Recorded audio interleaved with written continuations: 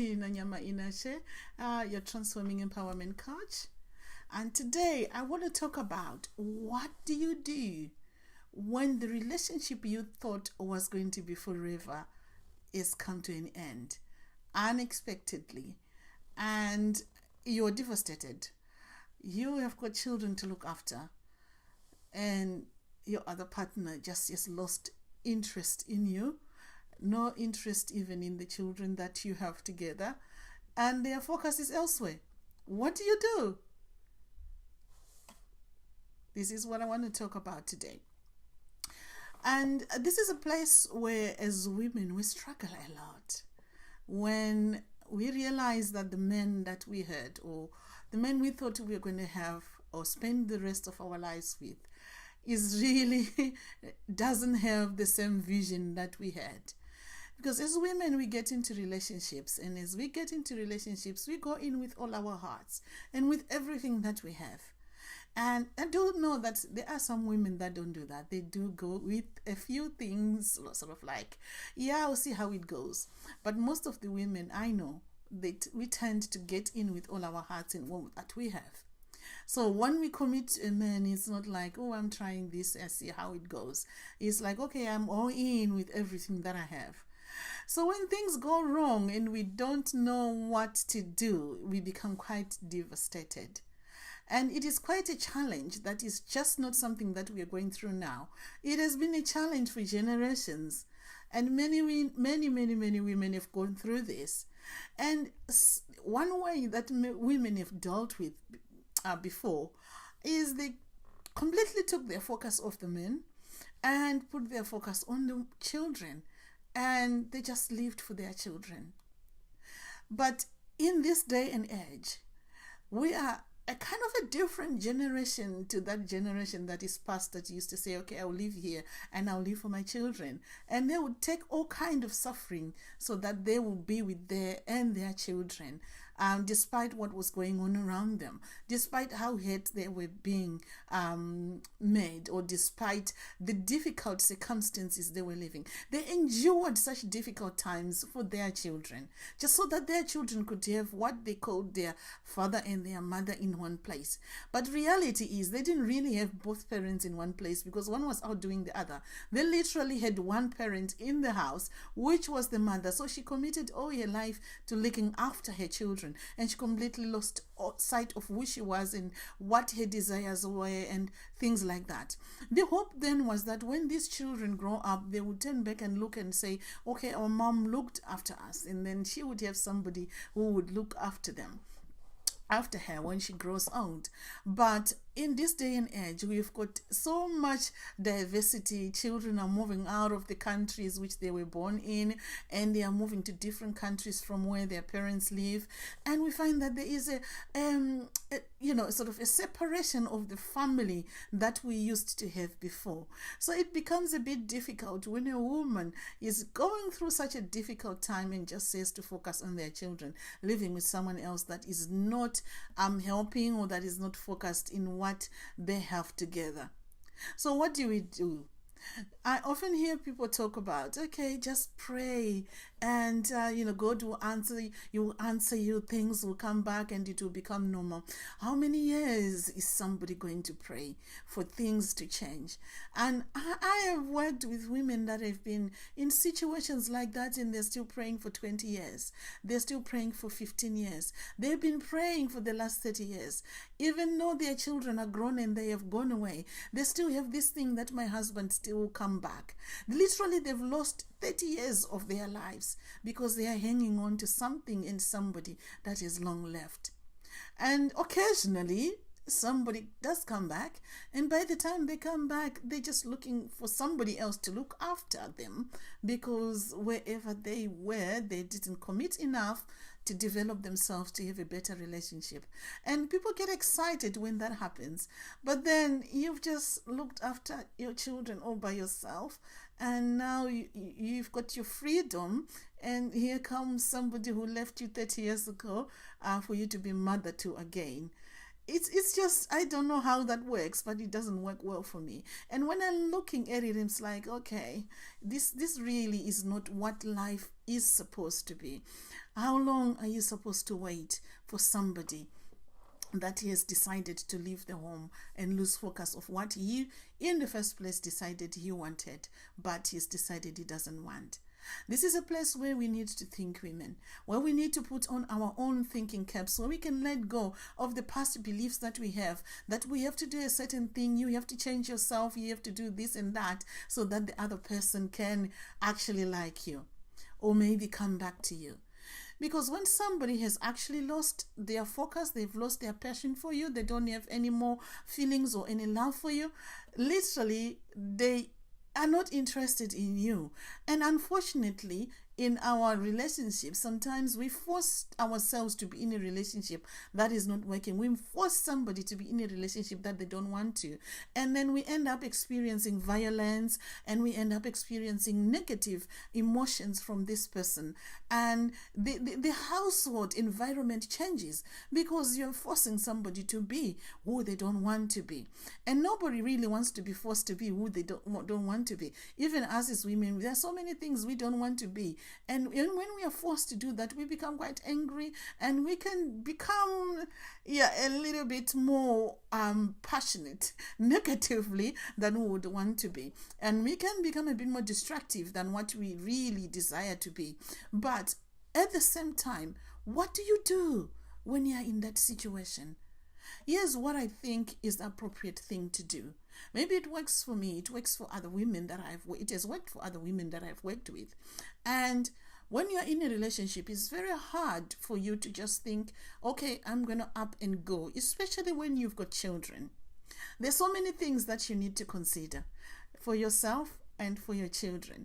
And you want to have a good relationship with the person as well that you're going to leave, because that person is the father of your children. You want to have your children have a good relationship with their father, despite the fact that you came to a place where you were like, okay, this is not working for us. So what do we do?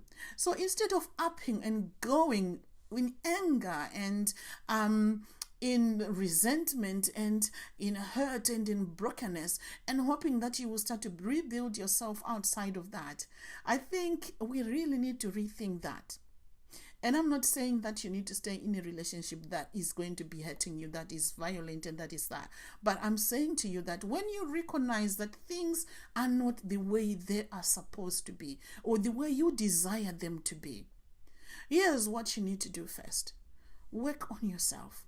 There is one thing that you can't do, is you can't change anybody else. If his heart has been taken and it's gone somewhere else, you can't cause that heart to come back to you, despite what you do, being nice and doing whatever he desires. It's not that. You're hurt in your heart. You need to help yourself to become better, to remove the brokenness, to heal yourself, so that you can get into a place where you can make a good decision. And when I say a good decision is when you are healed from being hurt and from being from all this pain that comes with the relationship breakup, the heartbreaks, the resentment, the bitterness, everything that comes with that. When you have healed yourself, there is something that happens. You have peace inside of you, and you can see clearly. You can make a decision whether you want this relationship to continue or not. You can make a decision whether how you are going to handle your children without resentment, without bitterness. Because we are so used to these relationships. When people separate, they fight each other. The children have no peace. You fight for the children. You go to courts. You do all kinds of things. That's because you have not healed yourself. That's because you're working from a place that is hurting. So, we need to sort of get over this reality that when we have a relationship breakup, we have to be enemies. We don't have to be enemies. We don't have to follow the cultures that have been here before. We don't have to do the same things that have been done in the past. You can change your reality by making sure that, okay, the relationship that we are in right now is not working well. And how do I go about healing myself before I step out of here? You see, when you step out of where you are, You want to make sure that you are all sorted out. You know who is going to look after your children, how you're going to share the parenthood for your children, because they need both parents. They need influence of their father and the influence of their mother. We've got so many children in this world that are broken.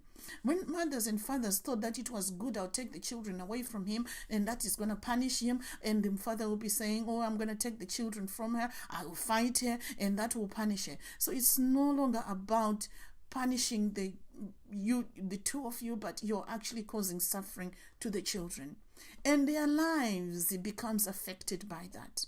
So you get your satisfaction by what has happened, but you win or whatever happens, and then you get to a place where you are raising children that are broken because they can't experience the love of a father or the love of a mother the way they desired to experience it. So how about if we let go of those old ways of dealing with relationship breakup, so that when you are in a relationship that is coming to an end, and you know that your relationship is coming, it's really ending, and you work on yourself, you heal yourself, you let go of the bitterness, you let go of the resentment, you let go of all the pains that you have had in there, so that when you step outside there, you have got a clear mind. You know who you are going to be. You know what you are going to be doing. And you have left your old, cleared out. You have cleared out the relationship before you get out.